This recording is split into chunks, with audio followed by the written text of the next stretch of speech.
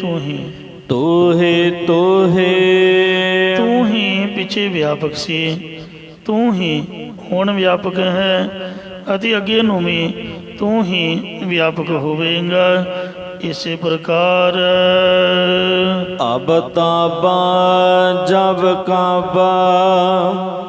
ਸੋ ਅਬ ਹੁਣ ਵਰਤਮਾਨ ਸਮੇਂ ਵਿੱਚ, ਤਬ ਤਦੋਂ ਭੂਤ ਕਾਲ ਵਿੱਚ ਅਤੇ ਅੱਗੇ ਆਉਣ ਵਾਲੇ ਭਵਿੱਖਤ ਕਾਲ ਵਿੱਚ, ਜਦੋਂ ਕੇਵਲ ਇੱਕ ਤੂੰ ਹੀ ਮੇਰਾ ਆਸਰਾ ਰੂਪ ਹੈ। ਹਮ ਤੋ ਪ੍ਰਸਾਦ ਸੁਖੀ ਸਦ हे परमेश्वर, मैं तेरी कृपा दृष्टि करके हमेशा ही सुखी हाँ। विश्राम दे के फुरमान करते हैं। ते तोरे भरोसे मगहर बसियो। ये परमेश्वर तेरी भगती दे भरोसे विश्वास करके ही मैं काशी त्याग के मगहर हड़ंबे की धरती ते आके वसिया। मेरे मातन की तपत बुझाई। तुसी मेरे शरीर दे विछोड़े दी तपश मगहर दी धरती ते बुझा देती है। पहले दर्शन मगहर पायो। हे परमेश्वर, पहला भी मैं तेरा दर्शन दीदार मगहर दी धरती विच पाउणा कीता सी। फुन कासी बस आई। हुण पुनः मैं दोबारा लोकां दी प्रेरणा करके मुक्ति की इच्छा त्याग के काशी विच आके वस गया सी, ते हुण फिर मैं मगहर की धरती ते आके वस गया है। इसी प्रकार पहले दर्शन मगहर पायो। हे परमेश्वर, पहला तेरी भगती दे मार्ग ते चलना कीता, फिर तेरा अंतकालू मगहर की धरती के अंदर दर्शन पाउणा कीता है। फुन कांसी बस आई। पुनः हे प्रकाश रूप ब्रह्म, यो मैं तेरे सस रूप च मिलना कीता है। जैसा मगहर तैसी कांसी। मेरे मन विच तां जिहो जी शराब देन वाली मगहर की धरती है, ते इहो जी मुक्ति देन वाली काशी की धरती है। हम एक कर जानी। क्यों मैं तां तेरी भगती दे प्रताप करके दोहां थावां दी धरती इको जी जानना कीती है। हम निरतन ज्यों एहो तन पाया। मैं हंगता ममता वाले निरतन जीव ने जिस वेले नाम भगति रूप धन पाया, ऐसे प्रकार हम निरतन ज्यों एहो धन पाया। जिवें धन तो हीना पुरख धन नूं पा के प्रसन्न हो जाता, तिवें ही मैं नाम रूप धन तो हीने ने जिस वेले सतगुरां द्वारा नाम रूप धन पाया। मरते फूट गुमानी। तां मैं अत्यंत प्रसन्नता दे सहित हो गया। जो दुनियावी धन दे हंकारी ने वो फुट भाव दुखी होके मरदे ने, ऐसे प्रकार मरते फूट गुमानी। इस नाम रूप धन वेख के हंकारी पंडित फुट भाव दुखी होके मरदे ने, या हंकारी पुरख फुट फुट भाव तड़प तड़प के मरदे हन। करे गमान चुभ है तिस सूला। संत का दुखी यूं बिरलाए, जो जल भी हुण मछली तड़फड़ाए, तड़प तड़प के मरदे ने। साध का निंदक कैसे तरह सर पर जानो नरक ही पर। जरूर पर जरूर वो मर के नरकां च पैंदे ने। ਜਿਹੜਾ ਪੁਰਖ ਕਰੇ ਗੁਮਾਨ ਜਾਤੀ ਦਾ ਜਾਂ ਵਿਦਿਆ ਦਾ ਜਾਂ ਗੁਣਾਂ ਦਾ ਹੰਕਾਰ ਕਰਦਾ ਹੈ, ਚੁੱਭ ਹੈ ਤੇ ਸੂਲਾ, ਉਹਨੂੰ ਹਰ ਵਕਤ ਈਰਖਾ ਰੂਪੀ ਸੂਲਾਂ ਚੁੱਭਦੀਆਂ ਰਹਿੰਦੀਆਂ ਨੇ। ਮਤਲਬ ਕੰਡਾ ਉਹਨੂੰ ਹੀ ਵੱਜਣਾ ਹੈ ਅਤੇ ਉਹ ਸਾਰੀਆਂ ਜਨਮਾਂ ਦੇ ਵਿੱਚ ਈਰਖਾਲੂ ਹੀ ਰਹੇਗਾ। ਕੋ ਕਾਢਨ ਕਉ ਨਾਹੀ, ਕੋਈ ਵੀ ਗੁਰਾਂ ਤੋਂ ਬਗੈਰ ਉਹਦੀਆਂ ਈਰਖਾ ਰੂਪ ਸੂਲਾਂ ਕੱਢਣ ਨੂੰ ਸਮਰੱਥ ਨਹੀਂ ਹੈ। ਆਜੈ ਸੋ ਚੋਬ ਕਉ ਬਿਲਲ ਬਿਲਾਤੇ, ਅਜੇ ਤੱਕ ਵੀ ਉਹ ਈਰਖਾ ਰੂਪ ਚੋਬ ਦੀ ਲੱਗਣੇ ਕਰਕੇ ਵਿਰਲਾਪ ਹੀ ਵਿਰਲਾਪ ਕਰਦਾ ਦੇਖੀਦਾ ਹੈ, ਜਾਂ ਬਿਰਲਿਆਂ ਵਾਂਗੂ ਇੱਕ ਰਸ ਵਿਰਲਾਪ ਕਰਦਾ ਰਹਿੰਦਾ ਹੈ। ਨਰਕੇ ਕੋਰ ਪਚਾਹੀ, ਹਰ ਅੰਤ ਨੂੰ ਉਹ ਭਿਆਨਕ ਕੁੰਭੀ ਨਰਕ ਵਿੱਚ ਪੈ ਕੇ ਸੜੇਗਾ, ਔਰ ਉਸ ਦੀ ਸੰਗਤ ਕਰਨ ਵਾਲਾ ਵੀ ਨਰਕਾਂ ਵਿੱਚ ਸੜੇਗਾ, ਜਾਂ ਅੰਤ ਨੂੰ ਉਹ ਈਰਖਾ ਰੂਪੀ ਸੂਲਾਂ ਕਰਕੇ ਭਿਆਨਕ ਨਰਕ ਦੇ ਵਿੱਚ ਹੀ ਪਹੁੰਚ ਜਾਇਆ ਜਾਵੇਗਾ। ਕਵਨ ਨਰਕ ਕਿਆ ਸੁਰਗ ਵਿਚਾਰਾ, ਨਰਕ ਕਿਹੜਾ ਹੈ ਜਿਹੜਾ ਨਖਿੱਧ ਕਰਮ ਕਰਨ ਵਾਲਿਆਂ ਨੂੰ ਪ੍ਰਾਪਤ ਹੁੰਦਾ, ਤੇ ਵਿਚਾਰਾ ਸਵਰਗ ਕਿਆ ਕੀ ਹੈ ਜਿਹੜਾ ਨਿਸ਼ਕਾਮੀਆਂ ਨੂੰ ਪ੍ਰਾਪਤ ਹੁੰਦਾ ਹੈ। ਸੰਤਨ ਦੋ ਰਾਦੇ, ਸੰਤ ਜਨਾਂ ਨੇ ਤਾਂ ਇਹ ਦੋਵੇਂ ਰੱਦ ਕਰ ਦਿੱਤੇ ਨੇ, ਭਾਵ ਦੋਨਾਂ ਦਾ ਤਿਆਗ ਕਰ ਦਿੱਤਾ ਹੈ। ਹਮ ਕਾਹੂ ਕੀ ਕਾਨਨ ਕੱਢਤੇ, ਅਸੀਂ ਤਾਂ ਨਿਸ਼ਕਾਮ ਕਰਮ ਕਰਕੇ ਸਵਰਗ ਦੀ ਪ੍ਰਾਪਤੀ ਵਾਲੇ, ਜਾਂ ਨਖਿੱਧ ਕਰਮ ਕਰਕੇ ਨਰਕਾਂ ਦੀ ਪ੍ਰਾਪਤੀ ਵਾਲੇ ਆਦਿਕ ਕਿਸੇ ਦੀ ਕਾਣ ਕਨੋਟ ਨਹੀਂ ਕੱਢਦੇ, ਪਰ ਮੈਨੂੰ ਕਿਸੇ ਦੀ ਮੁਹਤਾਜੀ ਨਹੀਂ ਹੈ। ਆਪਣੇ ਗੁਰ ਪ੍ਰਸਾਦੇ, ਆਪਣੇ ਗੁਰੂ ਦੀ ਕਿਰਪਾ ਨਾਲ ਅਸੀਂ ਸਵਰਗ ਦੀ ਪ੍ਰਾਪਤੀ ਜਾਂ ਨਖਿੱਧ ਕਰਮ ਕਰਕੇ ਨਰਕਾਂ ਦੀ ਪ੍ਰਾਪਤੀ ਵਾਲੇ ਕਿਸੇ ਵੀ ਕਰਮ ਦੀ ਕਨੌੜ ਕਾਣ ਕਨੌੜ ਨਹੀਂ ਕੱਢਦੇ, ਕਿਸੇ ਦੀ ਮੁਹਤਾਜੀ ਨਹੀਂ ਹੈ। ਜਾਂ ਤੂੰ ਮੇਰੇ ਵੱਲ ਹੈ ਤਾਂ ਕਿਆ ਮੋਹ ਛੰਦਾ, ਤੁਧ ਸਭ ਕੁਛ ਮੈਨੂੰ ਸੌਂਪਿਆ ਜਾਂ ਤੇਰਾ ਬੰਦਾ।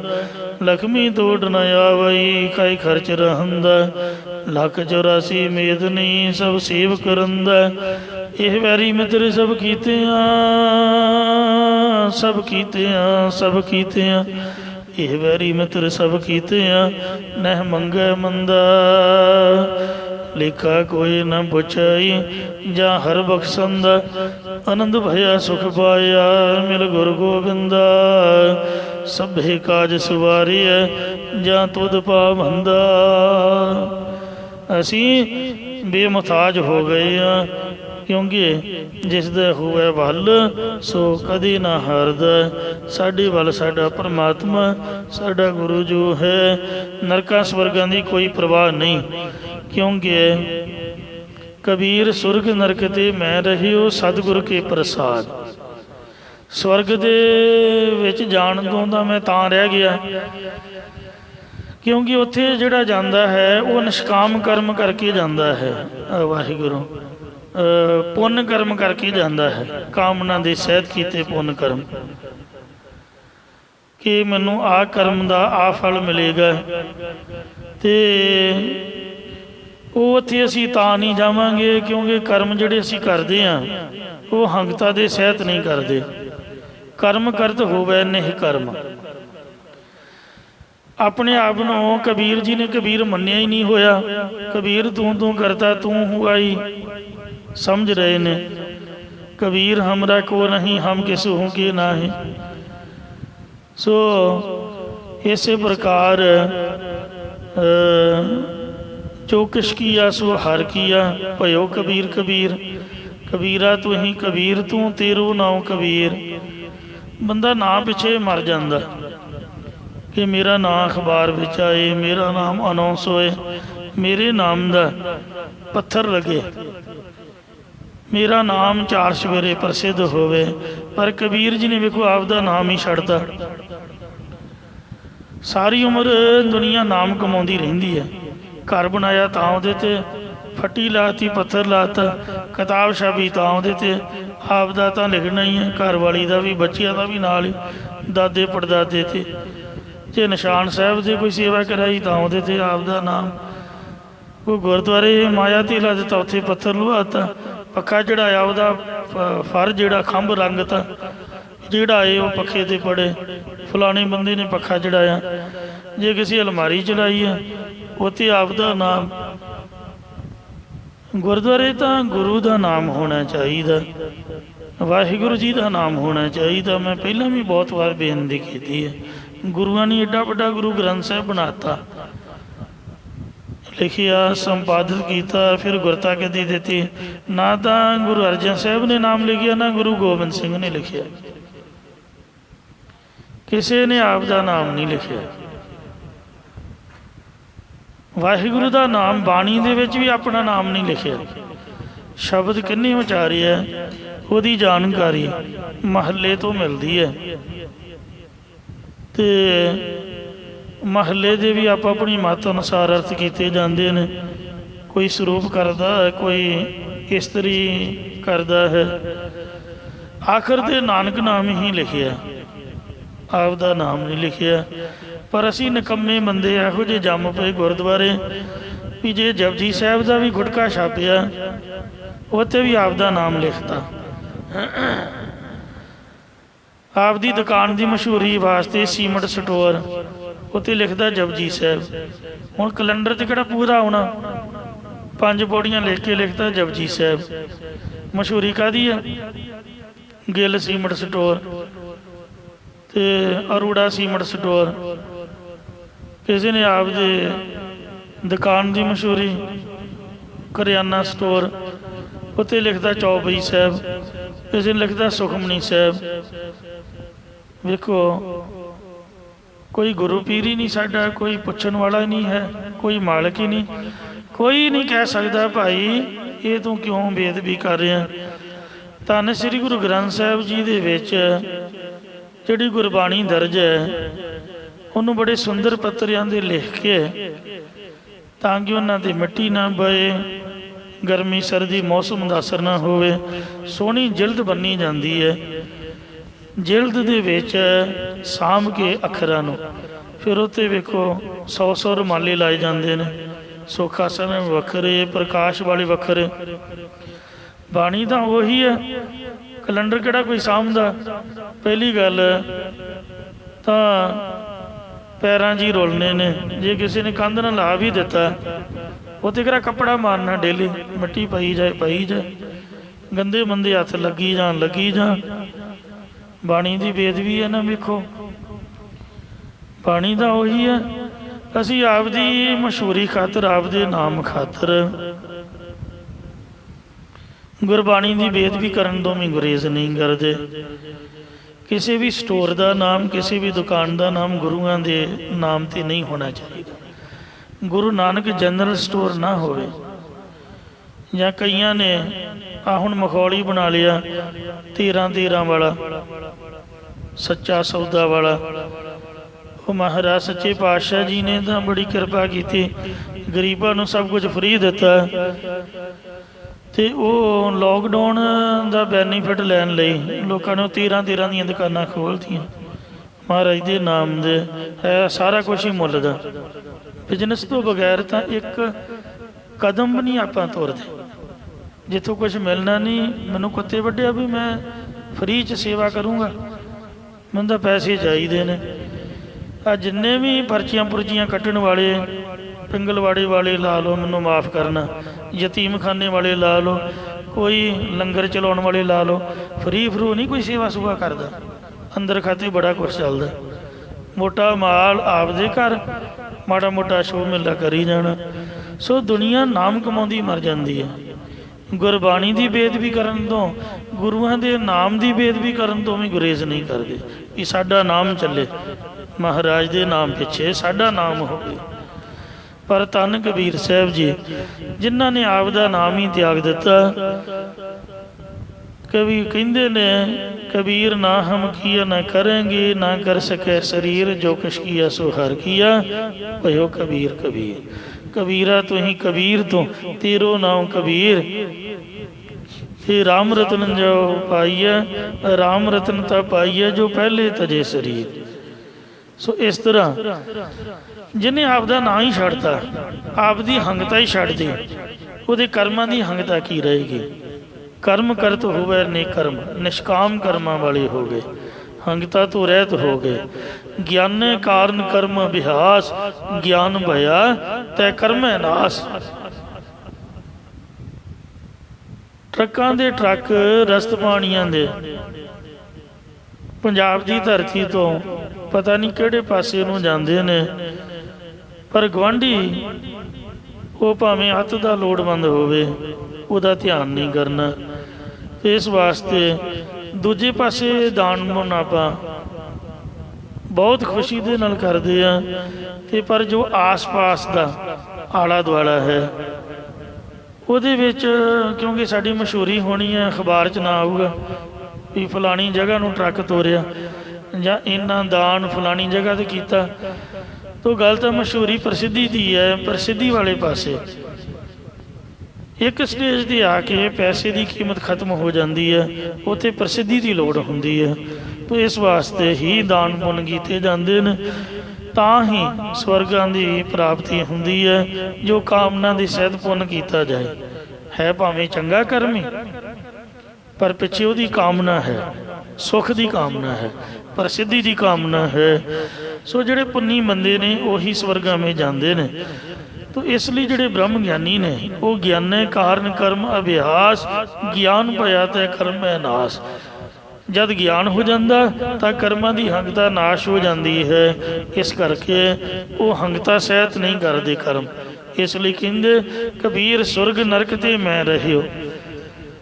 ਸਵਰਗਾਂ ਦੇ ਵਿੱਚ ਵੀ ਜਾਣ ਤੋਂ ਰਹਿ ਗਏ, ਕਿਉਂਕਿ ਕਰਮ ਹੰਗਤਾ ਨਾਲ ਕੀਤੇ ਨਹੀਂ, ਆਪਣਾਤੀ ਨਹੀਂ ਕੀਤੀ ਕਿ ਮੈਂ ਕੀਤਾ। ਤੇਰੋ ਕੀਆ ਤੁਝੇ ਕਿਆ ਰੁਪਾਉ, ਮੈਂ ਕੌਣ ਆ ਕਰਨ ਵਾਲਾ। ਜੇ ਕੁਛ ਦਿੱਤਾ ਹੈ ਤਾਂ ਵਾਹਿਗੁਰੂ ਦੇ ਦਿੱਤੇ ਵਿੱਚੋਂ ਹੀ ਦਿੱਤਾ ਹੈ। ਤੇ ਨਰਕਾਂ ਦੇ ਵਿੱਚ ਆਪਾਂ ਤਾਂ ਨਹੀਂ ਜਾਵਾਂਗੇ ਕਿਉਂਕਿ ਆਪਾਂ ਗੁਰੂ ਵਾਲੇ ਹਾਂ। ਗੁਰੂ ਵਾਲਾ ਬੰਦਾ ਨਰਕਾਂ 'ਚ ਜਾਂਦਾ ਕੋਈ ਨਹੀਂ। ਤੋ ਇਸ ਲਈ ਕਮਨ ਨਰਕ ਕਿਆ ਸੁਰਗ ਵਿਚਾਰਾ। ਨਰਕ ਵਿਚਾਰਾ ਕੀ ਹੈ ਤੇ ਸਵਰਗ ਕੀ ਹੈ। ਨਰਕਾਂ 'ਚ ਜਾਂਦੇ ਨੇ ਪਾਪੀ ਬੰਦੇ, ਪਾਪ ਦੇ ਲਾਗੋਂ ਦੀ ਨਹੀਂ ਆਪਾਂ ਲੰਘਦੇ। ਆਪਾਂ ਤਾਂ ਕਦੇ ਚਿੜੀ ਨਹੀਂ ਮਾਰੀ। ਕੋਈ ਜੀਵ ਜੰਤੂ ਮਾੜਾ ਮੋਟਾ ਤੜਫਦਾ ਉਹਦੇ ਵੀ ਮੂੰਹ 'ਚ ਪਾਣੀ ਪਾਈਦਾ। ਤੇ ਇਸ ਵਾਸਤੇ ਆਪਾਂ ਤਾਂ ਥਰ ਥਰ ਕੰਬਦੇ ਹਾਂ ਵੀ ਕਿਸੇ ਨੂੰ ਕੌੜਾ ਬੋਲ ਵੀ ਨਾ ਬੋਲਿਆ ਜਾਏ, ਕਿਸੇ ਦਾ ਨੁਕਸਾਨ ਨਾ ਹੋ ਜਾਏ, ਕੋਈ ਦੁਖੀ ਨਾ ਹੋਵੇ ਸਾਡੇ ਤੋਂ। ਤੇ ਜੇ ਕੋਈ ਗਲਤੀ ਹੋ ਵੀ ਜਾਏ ਤੇ 1000 ਵਾਰ ਮਾਫੀ ਮੰਗੀ ਦੀ ਹੈ, ਭਾਈ ਤੇਰੇ ਗੋਡੇ ਕੁੱਟਦੇ, ਸਾਨੂੰ ਮਾਫ ਕਰ ਦੇ। ਫਿਰ ਨਰਕਾਂ 'ਚ ਬੰਦਾ ਕਿਵੇਂ ਜਾਊਗਾ ਜਦ ਮਾੜਾ ਕੰਮ ਕੋਈ ਕਰਨਾ ਹੀ ਨਹੀਂ। ਸਤਿਗੁਰੂ ਜੀ ਨੇ ਮਾੜੇ ਕਰਮ ਤੋਂ ਅਨਭੋਲ ਵੀ ਰੋਕਿਆ। ਕਹਿੰਦੇ ਨਰ ਅਚੇਤ ਪਾਪ ਤੇ ਡਰੇ। ਇਹ ਬੰਦਿਆ ਅਚਨਚੇਤ ਪਾਪ ਹੋ ਜਾਏ ਇਹਦੇ ਤੋਂ ਵੀ ਡਰ। ਜਾਣ ਬੁੱਝ ਕੇ ਤਾਂ ਭਲਾ ਕੀ ਕਰਨਾ, ਅਚਨਚੇਤ ਤੋਂ ਵੀ ਡਰ। ਫਿਰ ਨਰਕਾਂ 'ਚ ਗੁਰੂ ਵਾਲਾ ਕਿਵੇਂ ਜਾਊਗਾ, ਕਿਉਂਕਿ ਗੁਰੂ ਸਾਹਿਬ ਦੇ ਪਿੱਛੇ ਹੱਥ ਹੈ, ਉਹ ਬੁਰਾ ਕਰਮ ਕਰਨ ਹੀ ਨਹੀਂ ਦਿੰਦੇ। ਜਿਵੇਂ ਭਾਈ ਜੋਗੇ ਨੂੰ ਹੁਸ਼ਿਆਰਪੁਰ ਦੇ ਵਿੱਚ ਆਪ ਵੇਸਵਾ ਦੇ ਦੁਆਰੇ 'ਤੇ ਪਹਿਰਾ ਲਾ ਕੇ ਉਹਨੂੰ ਬਚਾ ਲਿਆ ਸੀਗਾ।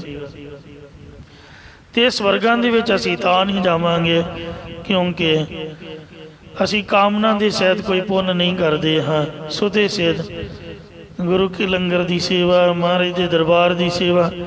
ਇਸ ਲਈ ਨਰਕ ਤੇ ਸਵਰਗ ਸੰਤਾਂ ਨੇ ਦੋਵੇਂ ਰੱਦ ਕੀਤੇ ਨੇ। ਆਪਦੇ ਗੁਰੂ ਦੀ ਕਿਰਪਾ ਨਾਲ ਹਮ ਕਾਹੂ ਨਹੀਂ ਕੀ ਕਾਨ ਨਾ ਕੱਢਦੇ। ਨਿਸ਼ਕਾਮ ਕਰਮ ਕਰਕੇ ਸਵਰਗ ਦੀ ਪ੍ਰਾਪਤੀ ਵਾਲੇ ਜਾਂ ਨਿਖੇਧ ਕਰਮ ਕਰਕੇ ਨਰਕਾਂ ਦੀ ਪ੍ਰਾਪਤੀ ਵਾਲੇ ਆਦਿ ਕਿਸੇ ਦੀ ਵੀ ਕਾਨ ਕਨੌਟ ਨਹੀਂ ਕੱਢਦੇ। ਆ ਮੈਨੂੰ ਕਿਸੇ ਦੀ ਮੁਹਤਾਜਗੀ ਨਹੀਂ ਹੈ। ਆਪਾਂ ਨੇ ਗੁਰ ਪ੍ਰਸਾਦੇ। ਇਹ ਕੋਈ ਮਾਣ ਵਾਲੀ ਗੱਲ ਨਹੀਂ ਹੈ, ਆਪਣੇ ਗੁਰੂ ਦੀ ਕਿਰਪਾ ਦੇ ਨਾਲ ਹੀ ਇਹ ਸਭ ਅਵਸਥਾ ਬਣੀ ਹੈ। ਅਬ ਤੋਂ ਜਾਏ ਚੜੇ ਸਿੰਘਾਸਨ। ਪੁੰਨੀ ਬੰਦਾ ਜਾਂਦਾ ਹੈ ਸਵਰਗਾਂ ਨੂੰ ਤੇ ਪਾਪੀ ਜਾਂਦਾ ਨਰਕਾਂ ਨੂੰ। ਤੇ ਜਿਹੜੇ ਗੁਰਦੁਆਰੇ ਦੇ ਸੇਵਾਦਾਰ ਨੇ, ਬਾਣੀ ਪੜ੍ਹਨ ਵਾਲੇ ਨੇ, ਪਾਠੀ ਸਿੰਘ, ਮਹਾਰਾਜ ਸੱਚੇ ਪਾਤਸ਼ਾਹ ਦਾ ਨਾਮ ਜਪਣ ਵਾਲੇ ਅਭਿਆਸੀ ਸਿੰਘ ਨੇ, ਸਾਧ ਸੰਗਤ ਜੀ, ਉਹਨਾਂ ਦੀ ਜਗ੍ਹਾ ਗੁਰੂ ਸਾਹਿਬ ਦੇ ਚਰਨਾਂ 'ਚ ਹੁੰਦੀ ਹੈ। ਜਿਨ੍ਹੇ ਸਾਰੀ ਉਮਰ ਗੁਰੂ ਗ੍ਰੰਥ ਸਾਹਿਬ ਜੀ ਦੀ ਹਜ਼ੂਰੀ 'ਚ ਗੁਜ਼ਾਰਤੀ, ਮਰਨ ਤੋਂ ਬਾਅਦ ਉਹ ਨਰਕਾਂ ਸਵਰਗਾਂ 'ਚ ਭਲਾ ਕਿਉਂ ਜਾਊਗਾ? ਸਾਡਾ ਕੀ ਕੰਮ ਹੈ ਉੱਥੇ ਵੇਸਵਾ ਦਾ ਨਾਚ ਵੇਖਣਾ? ਅਪਸ਼ਰਾਂ ਹੀ ਨੱਚਦੀਆਂ ਨੇ ਸਵਰਗਾਂ 'ਚ, ਹੋਰ ਕੀ ਹੈ? ਕੀਰਤਨ ਕਿਹੜਾ ਉੱਥੇ ਬਾਣੀ ਦਾ ਹੁੰਦਾ? ਇਸ ਤਰ੍ਹਾਂ ਹੀ ਰਾਗ ਰਗ ਹੁੰਦਾ, ਜਿਸ ਤਰ੍ਹਾਂ ਮਜਮਾ ਲੱਗਾ ਹੁੰਦਾ। ਸਾਡਾ ਉੱਥੇ ਕੀ ਕੰਮ ਹੋਇਆ ਨਾਚ ਗਾਣਾ? ਜਦ ਜਿਉਂਦਿਆਂ ਨਹੀਂ ਵੇਖਿਆ, ਕਦੀ ਸਿਨੇਮੇ ਦੇ ਲਾਗੋਂ ਦੀ ਨਹੀਂ ਲੰਘੇ। ਤੇ ਇਸ ਵਾਸਤੇ ਅੰਮ੍ਰਿਤ ਛਕਣ ਤੋਂ ਬਾਅਦ ਸਭ ਕੁਝ ਹੀ ਛੱਡਤਾ, ਤੇ ਫਿਰ ਆਪਾਂ ਮਰਨ ਤੋਂ ਬਾਅਦ ਭਲਾ ਕਿਉਂ ਉੱਥੇ ਜਾਵਾਂਗੇ? ਸਵਰਗਾਂ 'ਚ ਸਾਡਾ ਕੰਮ ਹੀ ਕੋਈ ਨਹੀਂ। ਸੁਖ ਸਕਦੇ ਇੱਥੇ ਵੀ ਚੜ੍ਹਦੀ ਕਲਾ ਹੀ ਹੈ। ਸੋ ਜਿਸ ਤਰ੍ਹਾਂ ਦਾ ਹੋ ਗਿਆ ਖਾ ਲਿਆ, ਜਿਸ ਤਰ੍ਹਾਂ ਦਾ ਮਹਾਰਾਜ ਨੇ ਰੱਖਿਆ ਰਹਿ ਪਏ। ਤੇ ਇਸ ਵਾਸਤੇ ਮਰਨ ਤੋਂ ਬਾਅਦ ਜਦ ਇੱਛਾ ਹੀ ਨਹੀਂ ਵੀ ਸਵਰਗ ਦੇ ਵਿੱਚ ਕੀ ਲੋੜ ਪੈ ਗਈ, ਤੇ ਨਰਕਾਂ ਦੇ ਵਿੱਚ ਗੁਰੂ ਵਾਲਾ ਬੰਦਾ ਜਾਂਦਾ ਨਹੀਂ। ਇਸ ਲਈ ਸਾਡੀ ਜਗ੍ਹਾ ਕਿੱਥੇ ਹੈ? ਜਿੱਥੇ ਅਸੀਂ ਹੁਣ ਬੈਠੇ ਹਾਂ। ਉਚਾਰਨ ਕਰੋ ਸਤਨਾਮ ਸ੍ਰੀ ਵਾਹਿਗੁਰੂ। ਗੁਰਦੁਆਰਾ ਸਾਹਿਬ ਜਿੱਥੇ ਗੁਰੂ ਗ੍ਰੰਥ ਸਾਹਿਬ ਜੀ ਦਾ ਪ੍ਰਕਾਸ਼ ਹੈ, ਦਸੇ ਪਾਤਸ਼ਾਹੀਆਂ ਦੀ ਜੋਤ ਬਿਰਾਜਮਾਨ, ਪੋਥੀਆਂ ਸਾਹਿਬ ਪਈਆਂ ਨੇ। ਸਾਡਾ ਤਾਂ ਕੰਮ ਪੋਥੀਆਂ ਦੀ ਹਜ਼ੂਰੀ 'ਚ, ਸ੍ਰੀ ਗੁਰੂ ਗ੍ਰੰਥ ਸਾਹਿਬ ਜੀ ਦੀ ਹਜ਼ੂਰੀ 'ਚ ਹੀ ਹੈ, ਕੀਰਤਨ ਦੀ ਹਜ਼ੂਰੀ ਵਿੱਚ ਹੀ ਹੈ। ਗੁਰਦੁਆਰੇ ਹਰ ਕੀਰਤਨ ਸੁਣੀਏ, ਸਤਿਗੁਰੂ ਪੀੜ ਹਰ ਜਸ ਮੁਖ ਪਣੀਏ। ਤੋ ਇਸ ਵਾਸਤੇ ਅਬ ਤੋਂ ਜਾਏ ਚੜ੍ਹੇ ਸਿੰਘਾਸਣ, ਜਿਹੜਾ ਤਾਂ ਲੱਕ ਬੰਨ ਕੇ ਭਗਤੀ ਕਰੇ ਉਹ ਤਾਂ ਜਿਉਂਦਿਆਂ ਹੀ ਜੀਵਨ ਮੁਕਤੀ ਪਾ ਲੈਂਦਾ। ਬੈਕੁੰਠ ਦੀਆਂ 4 ਮੁਕਤੀਆਂ ਨੇ, ਸਲੋਕ ਸਮੀਪ ਸਰੂਪ ਤੇ ਸਜੋਜ। ਪਰ ਜਿਹੜੇ ਗੁਰਮੁਖ ਬ੍ਰਹਮ ਗਿਆਨੀ ਨੇ ਉਹ ਜੀਵਨ ਮੁਕਤ ਅਵਸਥਾ ਵਾਲੇ ਨੇ, ਕੇਵਲ ਮੁਕਤੀ ਉਹਨਾਂ ਨੂੰ ਮਿਲਦੀ ਹੈ। ਹੁਣ ਮੈਂ ਤੁਰਿਆ ਪਾ ਦੁਆਰਾ ਸਤ ਸਰੂਪ ਸਿੰਘਾਸਨ 'ਤੇ ਜਾ ਕੇ ਚੜ੍ਹਿਆ, ਜੀਵਨ ਮੁਕਤ ਹੋ ਗਿਆ। ਜਿਵੇਂ ਕਲਗੀਧਰ ਗੁਰੂ ਗੋਬਿੰਦ ਸਿੰਘ ਜੀ ਦੀ ਪਾਵਨ ਰਸਨਾ ਤੋਂ ਤਖਤ ਸ੍ਰੀ ਦਮਦਮਾ ਸਾਹਿਬ ਜੀ ਵੇਖੇ 48 ਸਿੰਘਾਂ ਦੀ ਕਥਾ ਸੁਣੀ, ਉਹ ਬਦੇਹ ਮੁਕਤ ਹੋ ਗਏ, ਜੀਵਨ ਮੁਕਤ ਹੋ ਗਏ। ਤੁਰਿਆ ਦੇ ਵਿੱਚ ਉਹਨਾਂ ਦੀ ਬਿਰਤੀ ਅਰੂੜ ਹੋ ਗਈ। ਇੰਜ ਅਸੀਂ ਤੁਰਿਆ ਪਾ ਦੁਆਰਾ ਸਤ ਸਰੂਪ ਰੂਪ ਸਿੰਘਾਸਨ ਦੇ ਜਾ ਚੜ੍ਹੇ ਹਾਂ। ਮਿਲੇ ਹੈ ਸਾਰੰਗ ਬਾਣੀ, ਜਿੱਥੇ ਮੈਨੂੰ ਸਾਰੰਗ ਬਾਣੀ ਪਰਮੇਸ਼ਰ ਮਿਲ ਗਿਆ ਹੈ, ਜਾਂ ਸਾਰੰਗ ਨਾਮੇ ਧਨਕ ਨੂੰ ਆਪਣੇ ਹੱਥਾਂ ਵਿੱਚ ਪਕੜਨ ਵਾਲਾ ਪਰਮੇਸ਼ਰ ਮੈਨੂੰ ਮਿਲ ਗਿਆ ਹੈ। ਇਸੇ ਪ੍ਰਕਾਰ ਮਿਲੇ ਹੈ ਸਾਰੰਗ ਬਾਣੀ, ਜਿਵੇਂ ਸਾਰੰਗ ਬੰਬੀਆ ਸਵਾਂਤੀ ਬੂੰਦ ਨੂੰ ਚੇਤੇ ਕਰਦਾ ਹੈ, ਇਉਂ ਮੈਂ ਜਗਿਆਸੂ ਰੂਪ ਬੰਬੀਆ ਨਾਮ ਰੂਪ ਸਵਾਂਤੀ ਬੂੰਦ ਨੂੰ ਚੇਤੇ ਕਰ ਕਰਕੇ ਪਰਮੇਸ਼ਰ ਨਾਲ ਮਿਲ ਗਿਆ।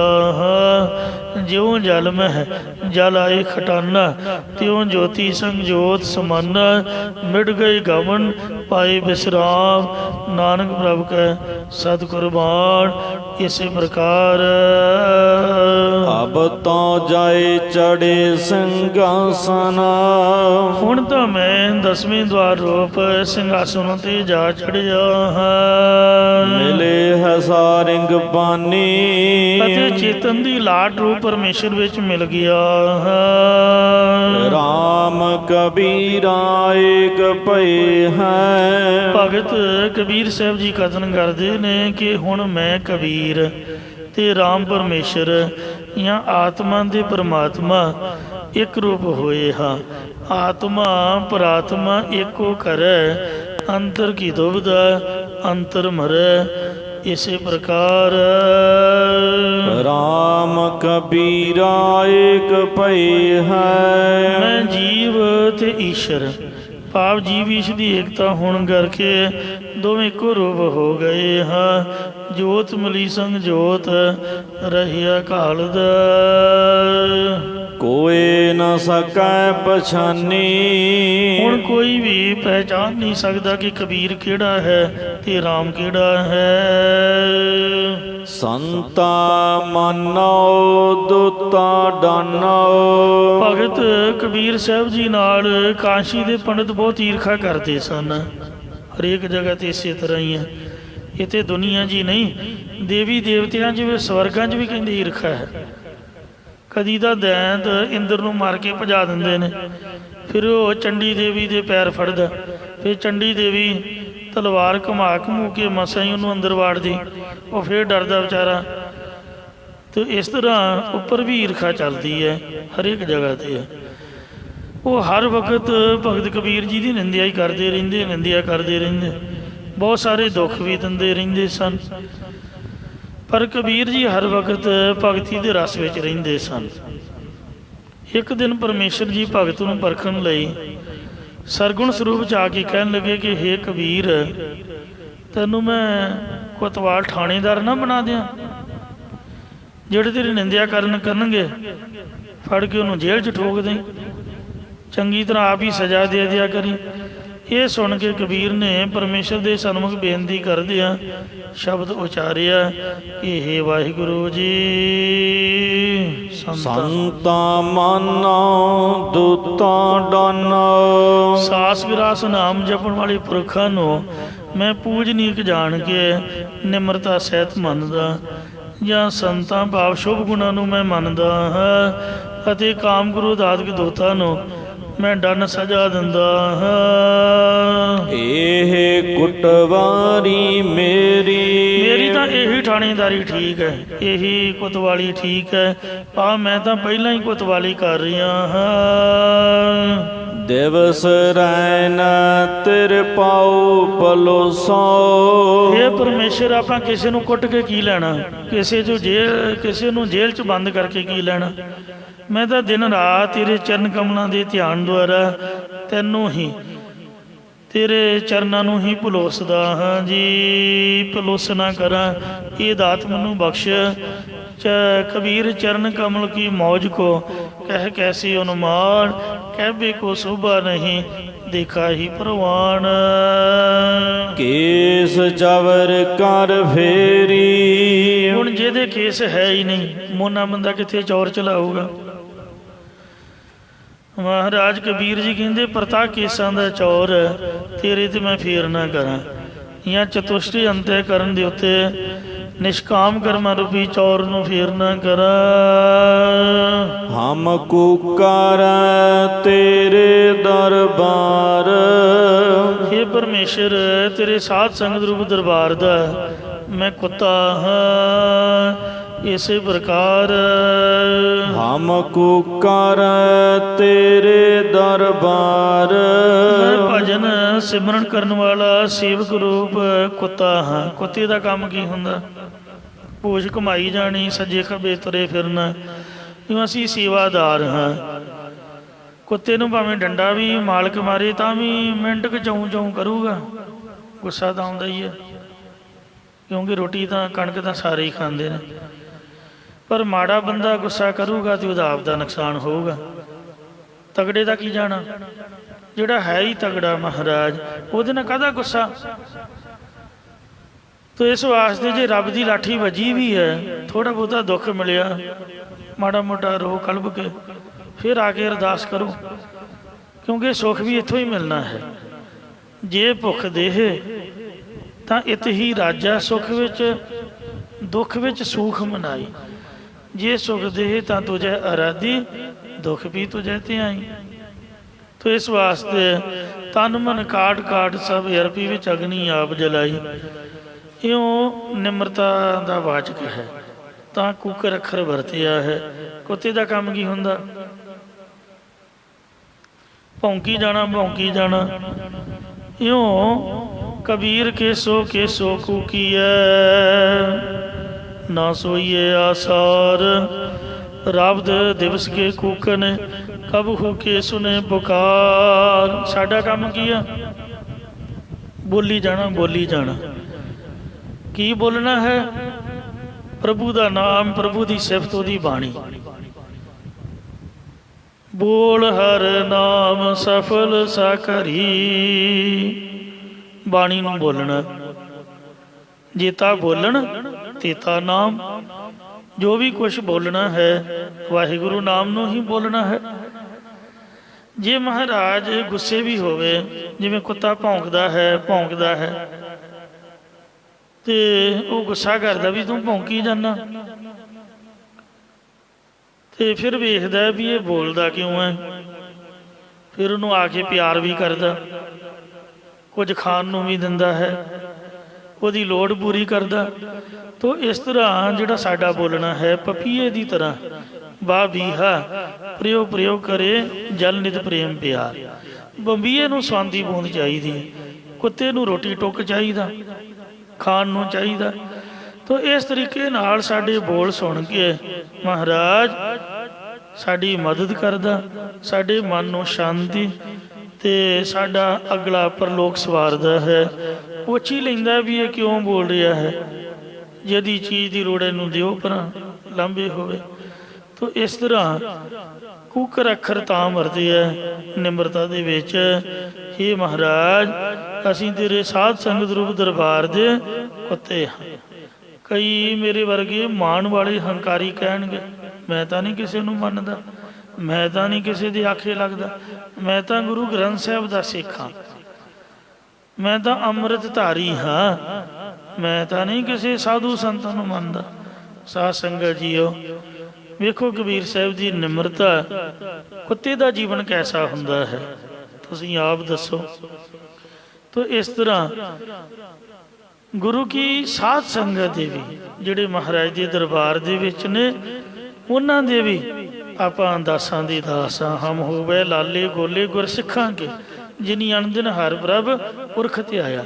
ਕਿਉਂਕਿ ਉਹ ਵੀ ਗੁਰੂ ਘਰ ਦੇ ਸੇਵਾਦਾਰ ਨੇ, ਉਹ ਵੀ ਮਹਾਰਾਜ ਦੀ ਬਾਣੀ ਪੜ੍ਹਦੇ ਨਾਮ ਜਪਦੇ ਨੇ। ਇਸ ਲਈ ਮਹਾਰਾਜ ਤੇਰੇ ਸਾਧ ਸੰਗਤ ਰੂਪ ਦਰਬਾਰ ਦੇ ਅਸੀਂ ਕੁੱਤੇ ਹਾਂ। ਮੈਂ ਕੁੱਤਾ ਹਾਂ, ਕਬੀਰ ਜੀ ਆਪਣੇ ਆਪ ਨੂੰ ਕਹਿ ਰਹੇ ਨੇ। ਜਿਹੜਾ ਵੀ ਹੁਣ ਕੋਈ ਪੜ੍ਹੇਗਾ ਉਹਨੂੰ ਆਪਣੇ ਆਪ ਨੂੰ ਇਸ ਤਰ੍ਹਾਂ ਹੀ ਬੇਨਤੀ ਕਰਨ ਦੀ ਜਾਚ ਆਊਗੀ। ਭਜਨ ਸਿਮਰਨ ਕਰਨ ਵਾਲਾ ਮੈਂ ਸੇਵਕ ਰੂਪ ਕੁੱਕਰ ਹਾਂ ਜੀ। ਭੌਂਕਾ ਹੈ ਆਗੈ ਬਦਨ ਪਸਾਰ। ਮੈਂ ਸਰੀਰ ਦੀ ਰੱਖਿਆ ਕਰਨ ਵਾਸਤੇ, ਵਿਕਾਰਾਂ ਨੂੰ ਅੰਦਰੋਂ ਮਿਟਣ ਵਾਸਤੇ ਮੂੰਹ ਨੂੰ ਪਸਾਰ ਕੇ ਖੋਲ ਕੇ ਤੇਰੇ ਅੱਗੇ ਟੌਂ ਟੌਂ ਟੌਂ ਟੌਂ ਕਰਦਾ ਰਹਿੰਦਾ, ਭੌਂਕਦਾ ਰਹਿੰਦਾ। ਭਾਵ ਤੇਰਾ ਜਸ ਉਚਾਰਨ ਕਰਦਾ ਰਹਿੰਦਾ ਹੈ। ਇਸੇ ਪ੍ਰਕਾਰ ਭੌਂਕਾ ਹੈ ਆਗੈ ਬਦਨ ਪਸਾਰ। ਬਦਨ ਬਦੀਆਂ ਨੂੰ ਨਾ ਪਸਾਰਨਾ ਕਰੀਏ। ਜੇ ਚਿੱਤ ਨੂੰ ਬਦੀਆਂ ਦੇ ਵਿੱਚ ਨਾ ਪਸਾਰੀਏ ਤਾਂ ਫਿਰ ਅੱਗੇ ਪਰਲੋਕ ਵਿੱਚ ਜਮਾ ਆਦਿਕਾਂ ਦਾ ਭਾਉ ਕਹਿ ਡਰ ਕਾਹਦਾ ਹੈ। ਭਾਵ ਸਾਰੇ ਡਰਾਂ ਤੋਂ ਸੁਤੰਤਰ ਹੋ ਗਏ ਆ। ਇਹ ਦੂਜਾ ਪਾਠ ਬਣ ਕੇ ਅਰਥ ਕੀਤੇ ਨੇ। ਮੁੱਖ ਪਾਠ ਭੌਂਕੇ ਆ ਗਏ ਬਦਨ ਪਸਾਰ ਹੀ ਕਰਨਾ ਹੈ। ਰਹਾਉ ਇਥੇ ਵਿਸ਼ਰਾਮ ਦਿੰਦੇ ਹਨ। ਪਿਛਲੇ ਜਨਮ ਦੇ ਵਿੱਚ ਭਗਤ ਕਬੀਰ ਜੀ, ਭਗਤ ਨਾਮਦੇਵ ਜੀ, ਭਗਤ ਰਵਿਦਾਸ ਜੀ ਆਦਿ ਸਾਰੇ ਬ੍ਰਹਮਚਾਰੀ ਬਣ ਕੇ ਰਾਮਾਨੰਦ ਜੀ ਦੀ ਉਪਾਸਨਾ ਕਰਦੇ ਸਨ। ਉਸੇ ਜਨਮ ਨੂੰ ਚੇਤੇ ਕਰਾਉਂਦੇ ਹੋਏ ਕਬੀਰ ਭਗਤ ਜੀ ਫਰਮਾਨ ਕਰਦੇ ਨੇ। ਪੂਰਬ ਜਨਮ ਹਮ ਤੁਮਰੇ ਸੇਵਕ। ਇਹ ਪਰਮੇਸ਼ਰ ਪਹਿਲੇ ਜਨਮ 'ਚ ਮੈਂ ਤੇਰਾ ਬ੍ਰਹਮਚਾਰੀ ਰੂਪ ਵਿੱਚ ਸੇਵਕ ਦਾਸ ਬਣ ਕੇ ਤੇਰੇ ਨਾਲ ਮਿਲਣ ਵਾਸਤੇ ਉਪਾਸਨਾ ਕਰਦਾ ਸੀ। ਜਾਂ ਪਹਿਲੇ ਜਨਮ 'ਚ ਮੈਂ ਪ੍ਰੇਮਾ ਭਗਤੀ ਕਰਨ ਵਾਲਾ ਤੇਰਾ ਸੇਵਕ ਸੀਗਾ। ਅਬ ਤੋ ਮਿਟਿਆ ਨਾ ਜਾਈ। ਇਸ ਜਨਮ ਦੇ ਵਿੱਚ ਤੂੰ ਮੈਨੂੰ ਪ੍ਰਾਪਤ ਹੋਣਾ ਹੈ, ਇਸ ਕਰਕੇ ਹੁਣ ਮੇਰੇ ਕੋਲੋਂ ਤੇਰੀ ਪ੍ਰੇਮਾ ਭਗਤੀ ਕਰਨ ਵੱਲੋਂ ਹਟਿਆ ਨਹੀਂ ਜਾਂਦਾ। ਇਹ ਤਿੰਨੇ ਹੀ ਰਵਿਦਾਸ, ਨਾਮਦੇਵ ਤੇ ਕਬੀਰ ਰਾਮਾਨੰਦ ਦੀ ਜਦ ਸੇਵਾ ਕਰਦੇ ਉਹਦੇ ਵਾਸਤੇ ਆਟਾ ਮੰਗ ਕੇ ਲਿਆਉਂਦੇ ਹੁੰਦੇ ਸੀਗੇ, ਜਿਹਨੂੰ ਗਜਾ ਕਰਨਾ ਜਾਂ ਡਾਲੀ ਕਰਨੀ ਕਹਿੰਦੇ ਨੇ। ਸਾਡੇ ਮਾਝੇ 'ਚ ਗਜਾ ਕਰਨਾ ਕਹਿੰਦੇ ਨੇ, ਮਾਲਵੇ 'ਚ ਡਾਲੀ ਕਰਨੀ ਕਹਿੰਦੇ ਨੇ, ਤੇ ਕਈ ਮੰਦੂਕੜੀ ਮੰਗ ਕੇ ਖਾਣਾ ਵੀ ਕਹਿੰਦੇ ਨੇ। ਸਾਧੂਆਂ ਦੀ ਬੋਲੀ ਆ, ਯਾਨੀ ਗਰਾਈ ਕਰਨੀ। ਤੇ ਰਾਮਾਨੰਦ ਜੀ ਦਾ ਹੁਕਮ ਸੀਗਾ ਗਜ਼ੇ ਦਾ ਇਹ ਮਤਲਬ ਹੁੰਦਾ ਹੈ। ਇਹ ਨਹੀਂ ਵੀ ਮੇਰੇ ਵਰਗਾ ਜਿੱਥੇ ਗਿਆ ਤੇ ਉੱਥੇ ਗੱਲਾਂ ਲਾ ਕੇ ਬੈਠ ਜਾਣਾ। ਮਤਲਬ ਜਿੱਥੇ ਰੋਟੀਆਂ ਪੱਕਦੀਆਂ ਵੇਖੀਆਂ ਉੱਥੇ ਚੌਂਕੜਾ ਮਾਰ ਲੈਣਾ ਵੀ ਲਿਆਓ ਬਈ, ਪਹਿਲਾਂ ਪਰੌਂਠੇ ਖਾਂਦੇ ਹਾਂ, ਲੱਸੀ ਲੁੱਸੀ ਪੀਂਦੇ ਹਾਂ, ਫਿਰ ਸੇਵਾ 'ਚ ਲੱਗ ਜਾਵਾਂਗੇ। ਇਸ ਤਰ੍ਹਾਂ ਨਹੀਂ। ਸਾਧੂ ਦਾ ਨਿਯਮ ਕੀ ਹੁੰਦਾ, ਡਾਲੀ ਕਰਨ ਵਾਲੇ, ਗਜੇ ਕਰਨ ਵਾਲੇ ਦਾ ਨਿਯਮ ਕੀ ਹੁੰਦਾ, ਜਿੱਥੇ ਬੈਠੇ ਉੱਥੇ ਨਹੀਂ ਖਾਣ ਬਹਿ ਜਾਣਾ। ਜਾਂ ਜੇ ਕਿਸੇ ਨੇ ਆਖਿਆ ਵੀ ਆ ਸਾਡੇ ਘਰੋਂ ਹੀ ਲੈ ਜਾ, ਤੂੰ ਕੀ ਐਵੇਂ ਤੁਰਿਆ ਫਿਰਨਾ, ਬਿਲਕੁਲ ਨਹੀਂ। ਰਾਮਾਨੰਦ ਜੀ ਦਾ ਹੁਕਮ ਸੀਗਾ ਵੀ ਇੱਕ ਘਰੋਂ ਨਹੀਂ ਲੈਣਾ। ਜਿਹੜੇ ਪ੍ਰਸ਼ਾਦਾ ਲੈਂਦੇ ਨੇ ਕਾਰ ਸੇਵਾ ਵਾਲੇ ਮਹਾਂਪੁਰਖੋਂ, ਇੱਕ ਇੱਕ ਰੋਟੀ, ਦੋ ਦੋ ਰੋਟੀਆਂ ਹਰੇਕ ਘਰ ਦੇ ਵਿੱਚੋਂ। ਇੱਕ ਘਰ ਚੋਂ ਹੀ ਸਾਰੇ ਨਹੀਂ, ਸਾਰਿਆਂ ਦੇ ਵਿੱਚੋਂ ਇੱਕ ਇੱਕ। ਦੁੱਧ ਜਿਹੜਾ ਹੈ ਉਹ ਗਲਾਸ, ਅੱਧਾ ਗਲਾਸ, ਅੱਧਾ ਕਿਲੋ ਕਿਲੋ, ਜਿੰਨਾ ਸਰਦਾ ਬਣਦਾ, ਇਸ ਤਰੀਕੇ ਨਾਲ ਗਜੇ ਦਾ ਨਿਯਮ ਹੈ। ਤੇ ਕਿਸੇ ਦੀਆਂ ਬਰੂਹਾਂ ਨਹੀਂ ਟੱਪਣੀਆਂ, ਦਹਿਲੀਜ਼ ਤੋਂ ਅੱਗੇ ਨਹੀਂ ਜਾਣਾ। ਸਤਿਨਾਮ ਵਾਹਿਗੁਰੂ ਕਹਿ ਕੇ ਜੇ 10 ਮਿੰਟ ਖਲੋਣਾ ਤਾਂ ਗੇਟ ਅੱਗੇ ਹੀ ਖਲੋਣਾ। ਜੇ ਕੋਈ 100 ਵਾਰ ਵੀ ਆਖੇ, ਗੋਡੀ ਹੱਥ ਵੀ ਲਾਏ, 1000 ਤਰਲਾ ਵੀ ਮਾਰੇ ਵੀ ਆਓ ਬਾਬਾ ਜੀ ਬੈਠੋ, ਪੱਖੇ ਦੀ ਹਵਾ ਲੈ ਲਓ, ਜਾਂ ਅੰਦਰ ਆ ਕੇ ਪਾਣੀ ਪੀ ਲਓ, ਬਿਲਕੁਲ ਨਹੀਂ। ਸਾਧੂ ਦਾ ਨਿਯਮ ਹੈ ਵੀ ਨਾ ਤਾਂ ਕਿਸੇ ਦੇ ਸਿਰ ਦੇ ਹੱਥ ਰੱਖ ਕੇ ਉਹਨੂੰ ਪਿਆਰ ਦੇਵੇ, ਨਾ ਕਿਸੇ ਦੀ ਕੰਡ ਦੇ ਹੱਥ ਫੇਰੇ। ਕਿਸੇ ਦੇ ਸਰੀਰ ਨੂੰ ਟੱਚ ਕਰਨਾ ਬਹੁਤ ਵੱਡਾ ਪਾਪ ਤੇ ਗੁਨਾਹ ਹੈ। ਅੱਜ ਕੱਲ੍ਹ ਕਰੋਨਾ ਬਿਮਾਰੀ 'ਚ ਵੀ ਇਹੀ ਨਿਯਮ ਹੈ ਵੀ 5 ਫੁੱਟ ਦੀ ਦੂਰੀ ਬਣਾਈ ਰੱਖੋ। ਲਾਗੇ ਜਾਣ ਦਾ ਮਤਲਬ ਕੀ ਹੋਇਆ?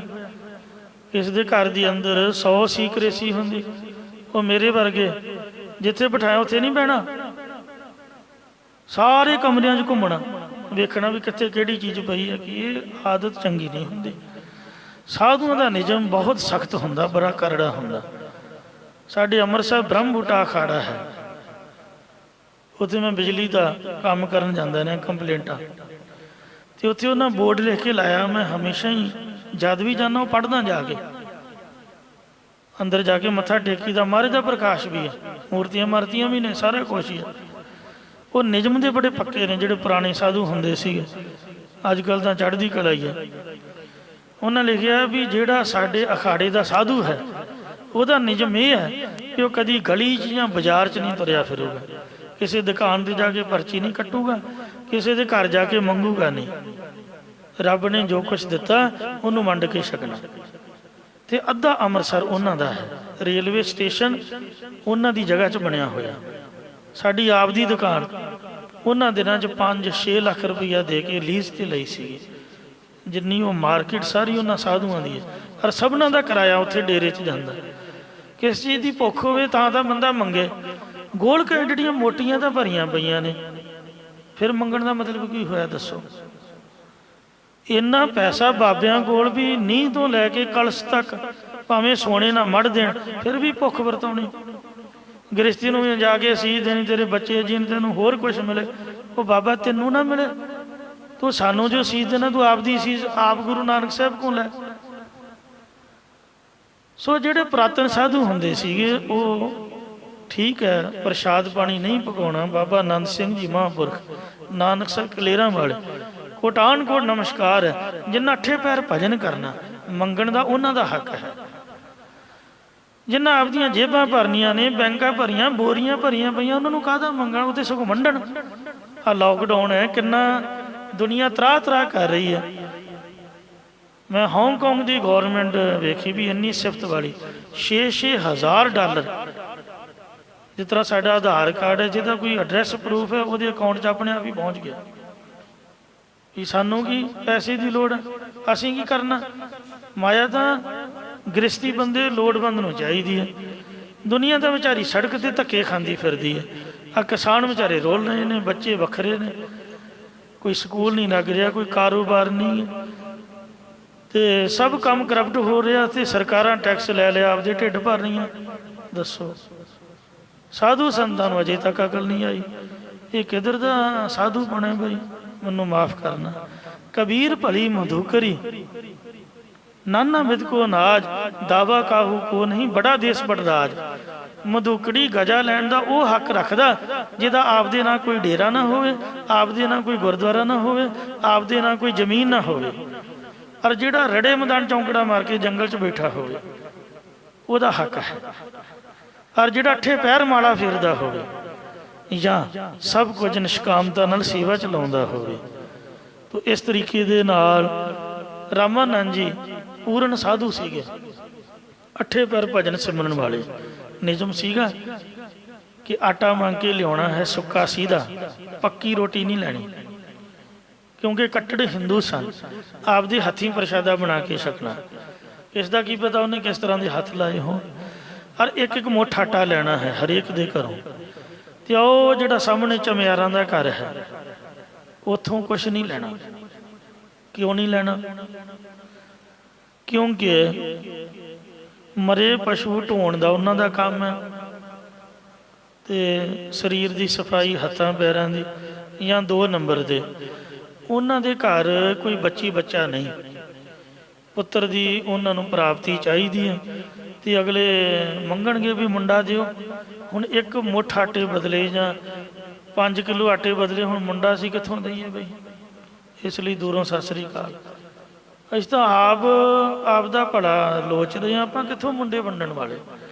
ਰਾਮਾਨੰਦ ਜੀ ਨੇ ਸਖਤ ਹਦਾਇਤ ਕੀਤੀ ਸੀ ਵੀ ਉਹ ਸਾਹਮਣੇ ਘਰੋਂ ਨਹੀਂ ਕੁਛ ਲੈਣਾ। ਤਾਂ ਇੱਕ ਵਾਰ ਬਾਰਿਸ਼ ਪਈ, ਬਹੁਤਾ ਜ਼ਿਆਦਾ ਚੱਕੜ ਸੀਗਾ, ਤੇ ਇਹ ਵੀ ਆਉਂਦਾ ਹੈ ਕਿ ਬਾਰਿਸ਼ ਵਿੱਚ ਜਾਣ ਤੋਂ ਗੁਰੇਜ਼ ਕੀਤਾ।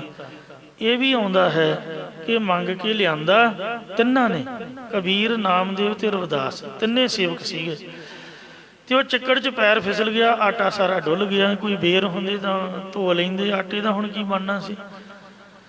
ਉਹ ਜਿਹੜੇ ਗੁਰਮੁਖ ਸਾਹਮਣੇ ਘਰ ਵਾਲੇ ਸੀ, ਚਮੜੇ ਦੇ ਕੰਮ ਵਾਲੇ, ਉਹ ਦੇਖ ਰਹੇ ਸਨ, ਤੇ ਉਹਨਾਂ ਨੇ ਰੋਜ਼ ਫਤਿਹ ਬੁਲਾਉਣੀ, ਪਿਆਰ ਨਾਲ ਕਹਿਣਾ ਉਹ ਸੰਤ ਜੀ ਸਾਡੀ ਵੀ ਸੇਵਾ ਲਓ ਜੀ, ਕਹਿਣਾ ਨਹੀਂ ਜੀ ਸਤਿ ਸ੍ਰੀ ਅਕਾਲ ਜੀ, ਸਤਿ ਸ੍ਰੀ ਅਕਾਲ ਜੀ। ਅੱਜ ਉਹਨੇ ਘੇਰ ਲਿਆ, ਕਹਿੰਦੇ ਮਹਾਂਪੁਰਖੋ ਤੁਹਾਡੇ ਗੋਡੀ ਹੱਥ ਲਾਉਂਦੇ ਆ, ਹੁਣ ਤੁਸੀਂ ਜਾਓਗੇ, ਕਿੰਨਾ ਟਾਈਮ ਹੋ ਗਿਆ, ਫਿਰ 2 ਘੰਟੇ ਲਾਓਗੇ, ਅੱਜ ਮੇਰੇ ਘਰੋਂ ਲੈ ਲਓ। ਅੱਗੇ ਤੁਸੀਂ ਰੋਜ਼ ਲੰਘ ਜਾਂਦੇ ਹੋ, ਤੇ ਅੱਜ ਸਾਰਾ ਮੇਰੇ ਘਰੋਂ ਲੈ ਲਓ ਜੀ, ਬਾਕੀ ਦਿਨ ਤਾਂ ਤੁਸੀਂ ਲੈਂਦੇ ਨਹੀਂ।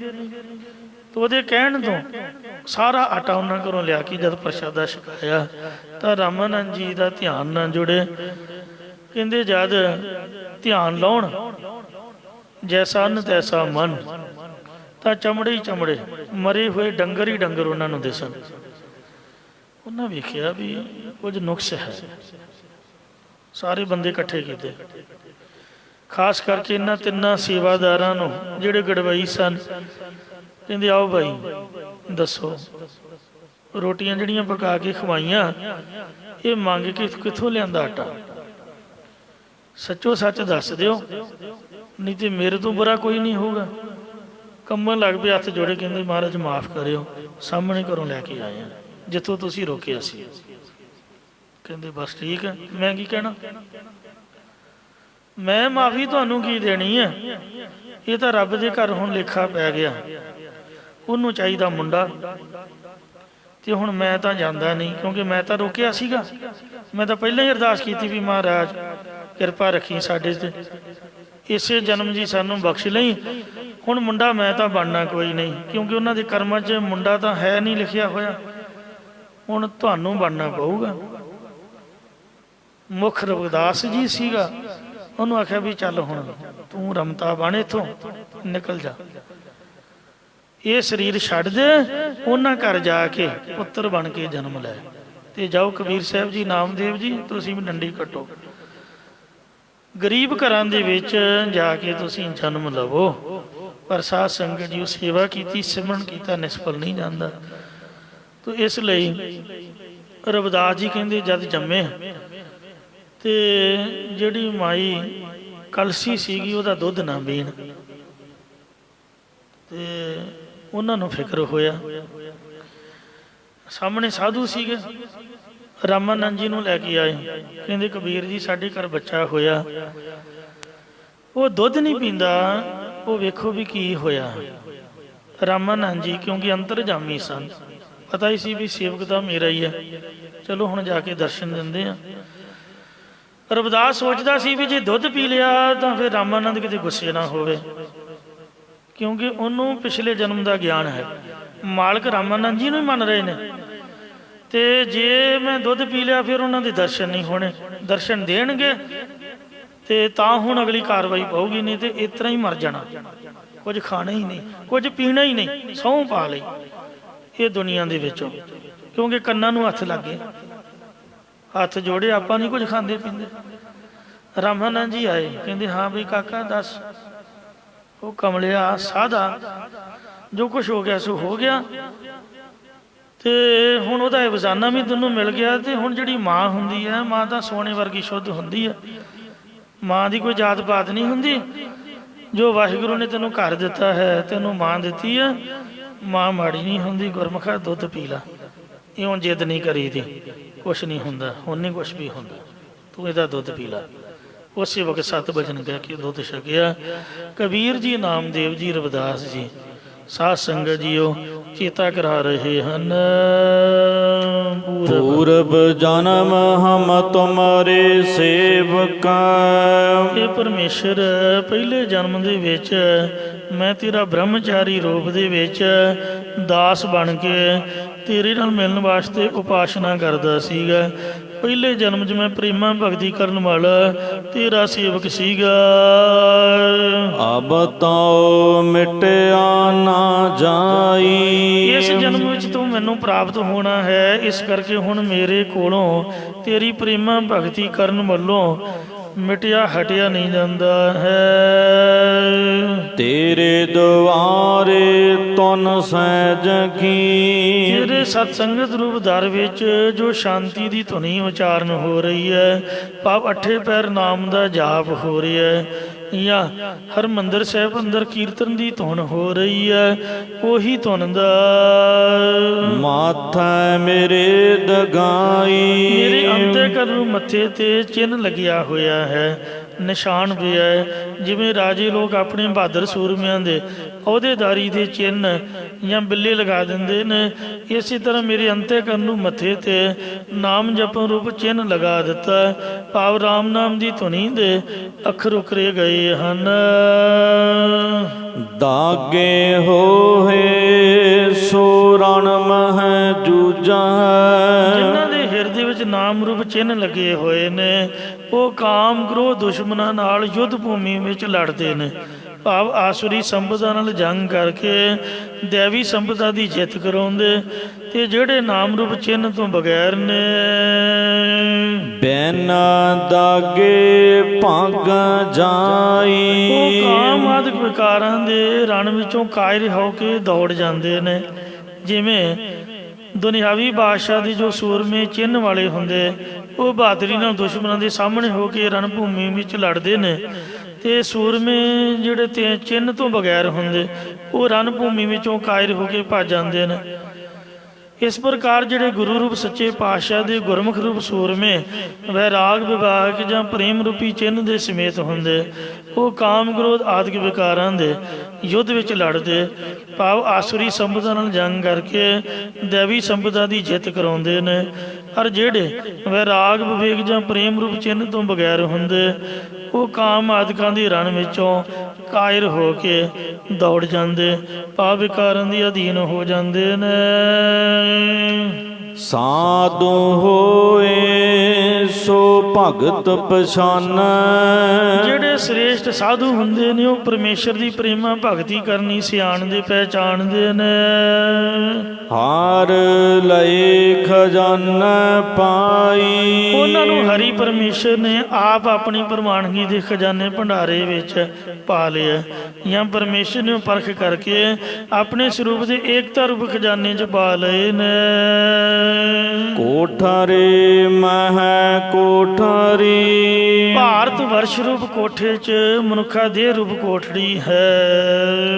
ਪਰਮ ਕੋਠੀ ਵਿਚਾਰ। ਔਰ ਇਸ ਦੇ ਅੰਦਰ ਸੱਚਖੰਡ ਸ੍ਰੀ ਹਰਿਮੰਦਰ ਸਾਹਿਬ ਰੂਪ ਪਰਮ ਵੱਡੀ ਕੋਠੜੀ 'ਚ ਪਰਮੇਸ਼ਰ ਦੀ ਪ੍ਰਾਪਤੀ ਵਾਲੀ ਵਿਚਾਰ ਹੈ, ਗਿਆਨ ਹੈ, ਕਥਾ ਕੀਰਤਨ ਹੈ, ਸਾਧ ਸੰਗਤ ਰੂਪ ਵੱਡੀ ਕੋਠੜੀ ਵਿੱਚ। ਇਸੇ ਤਰ੍ਹਾਂ ਕੋਠਾਰੇ ਮਹਿ ਕੋਠਾਰੀ। ਮਨੁੱਖਾ ਦੇਹ ਰੂਪ ਕੋਠੇ 'ਚ 10ਵੇਂ ਦੁਆਰ ਬੁੱਧੀ ਰੂਪ ਕੋਠੀ ਹੈ, ਔਰ ਇਸ ਵਿੱਚ ਸਰੂਪ ਦੀ ਵਿਚਾਰ ਵਾਲੀ ਬ੍ਰਹਮ ਵਿਦਿਆ ਰੂਪ ਪਰਮ ਕੋਠੀ ਹੈ। ਇਸੇ ਪ੍ਰਕਾਰ ਕੋਠਾਰੇ ਮਹਿ ਕੋਠਾਰੀ। ਸਥੂਲ ਸਰੀਰ ਰੂਪ ਕੋਠੇ 'ਚ ਅੰਤःਕਰਨ ਰੂਪੀ ਕੋਠੜੀ ਹੈ। ਇਸ ਵਿੱਚ ਪਰਮ ਕੋਠੀ ਵਿਚਾਰ। ਵੱਡੀ ਆਤਮਿਕ ਵਸਤੂ ਰੂਪ ਕੋਠੀ ਹੈ, ਇਸ ਦੇ ਤਾਂ ਹੀ ਵਿਚਾਰਨਾ ਚਾਹੀਦਾ।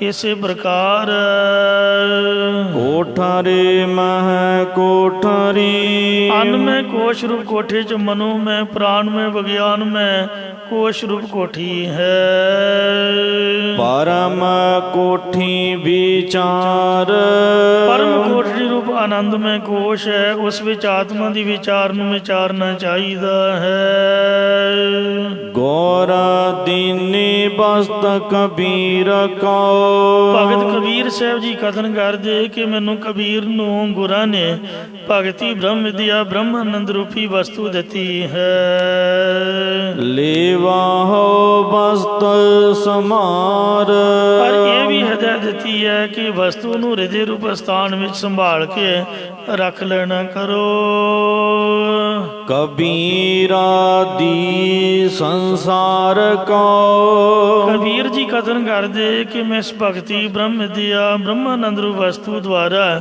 ਕੇਵਲ ਮੁਖ ਦੀ ਪ੍ਰਾਪਤੀ ਕਰਕੇ ਸੰਸਾਰ ਦੇ ਲਈ ਖੁੱਲੇ ਸਤ ਸੰਗਤ ਰੂਪ ਮੈਦਾਨ ਵਿੱਚ ਭਗਤੀ ਬ੍ਰਹਮਾਨੰਦ ਰੂਪ ਵਸਤੂ ਰੱਖ ਦਿੱਤੀ ਹੈ ਲੀਨੀ ਜਿਸ ਮਸਤਕ ਭਾਗ ਪਰ ਜਿਹਦੇ ਮੱਥੇ ਤੇ ਸ੍ਰੇਸ਼ਟ ਭਾਗ ਕਰਮ ਲਿਖੇ ਹੈ ਉਸਨੇ ਹੀ ਪਰਮੇਸ਼ਰ ਦੀ ਭਾਵ ਭਗਤ ਕਰਨ ਦੀ ਗੁਰਾਂ ਦੇ ਪਾਸੋਂ ਦਾਤ ਲਿੱਤੀ ਹੈ ਅੰਮ੍ਰਿਤ ਰਸ ਜਿਨ ਪਾਇਆ ਜਿਨ੍ਹਾਂ ਨੇ ਗੁਰਾਂ ਪਾਸੋਂ ਨਾਮ ਬ੍ਰਹਮਾਨੰਦ ਰੂਪ ਅੰਮ੍ਰਿਤ ਰਸ ਨੂੰ ਪਾਇਆ ਹੈ ਤੇਰ ਤਾਕਾ ਸੁਹਾਗ ਉਸ ਦਾ ਜੋ ਸੁਹਾਗ ਸਦਾ ਸਥਿਤ ਰਹਿਣ ਵਾਲਾ ਭਾਵ ਉਸ ਦਾ ਆਨੰਦ ਕਦੇ ਵੀ ਨਾਸ਼ ਨਹੀਂ ਹੁੰਦਾ ਭੁੱਲਾਂ ਚੁੱਕਾ ਖਿਮਾ ਕਰੋ ਜੀ ਅੱਗੇ ਦੋ ਸਮਤ ਬਖਸ਼ੋ ਕਬੀਰਾ ਦੀ ਸੰਸਾਰ